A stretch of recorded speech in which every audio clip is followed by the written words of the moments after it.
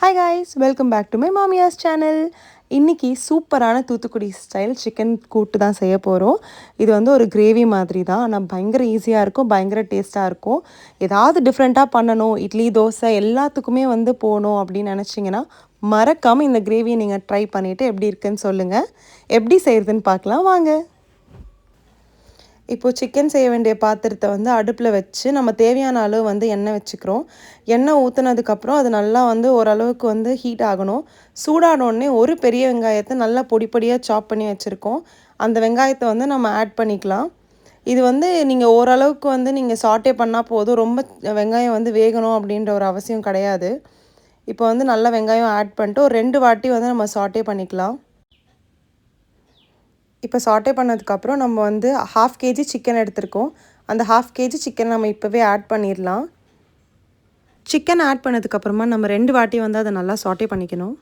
அது நல்லா வந்து வெங்காயத்தோடு வந்து மிக்ஸ் பண்ணதுக்கப்புறமா நம்ம மசாலா போடுறதை ஸ்டார்ட் பண்ணிடலாம்.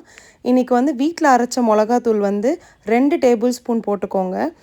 நாங்கள் வந்து காரம் கொஞ்சம் ஜாஸ்தியாக தான் சேர்ப்போம். உங்களுக்கு வேணும்னா நீங்கள் வந்து உங்களுக்கு ஏற்ற மாதிரி நீங்கள் கம்மியாகவோ அதிகமாகவோ நீங்கள் ஆல்ட்ரு பண்ணிக்கலாம்.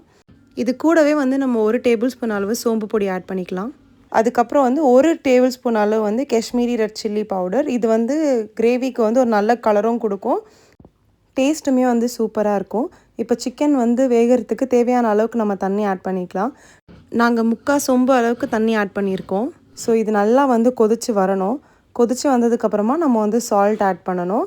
இப்போ கொதிச்சிருச்சு. நம்ம தேவையான அளவு வந்து உப்பு ஆட் பண்ணிக்கலாம். உப்பு ஆட் பண்ணதுக்கப்புறம் இதை வந்து நீங்கள் அப்படியே வச்சுருங்க. இப்போ நம்ம அடுத்து தேங்காய் பேஸ்ட் வந்து நம்ம ரெடி பண்ணணும்.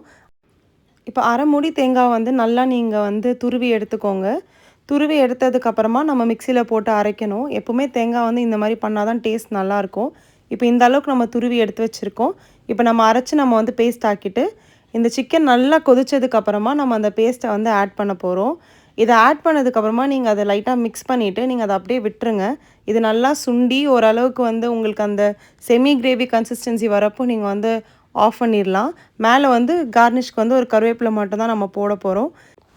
இந்த குழம்பு வந்துட்டு அவ்வளோ டேஸ்ட்டாக இருக்கும். நீங்கள் இட்லி தோசை ஒயிட் ரைஸ் பரோட்டா கொத்து பரோட்டா கலக்கி எதுக்கு வேணாலும் நீங்கள் வந்து யூஸ் பண்ணலாம்.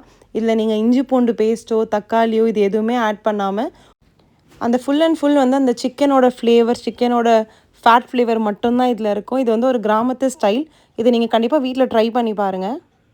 இப்போ பார்த்தீங்கன்னா குழம்பு நல்லா சுண்டிடுச்சு. கலரை பார்த்தீங்கன்னா பிரைட் ரெட்டாக இருக்கும். இதை நீங்கள் சாப்பிட்டு பார்த்துட்டு நீங்கள் எப்படி இருக்குன்னு சொல்லுங்கள்.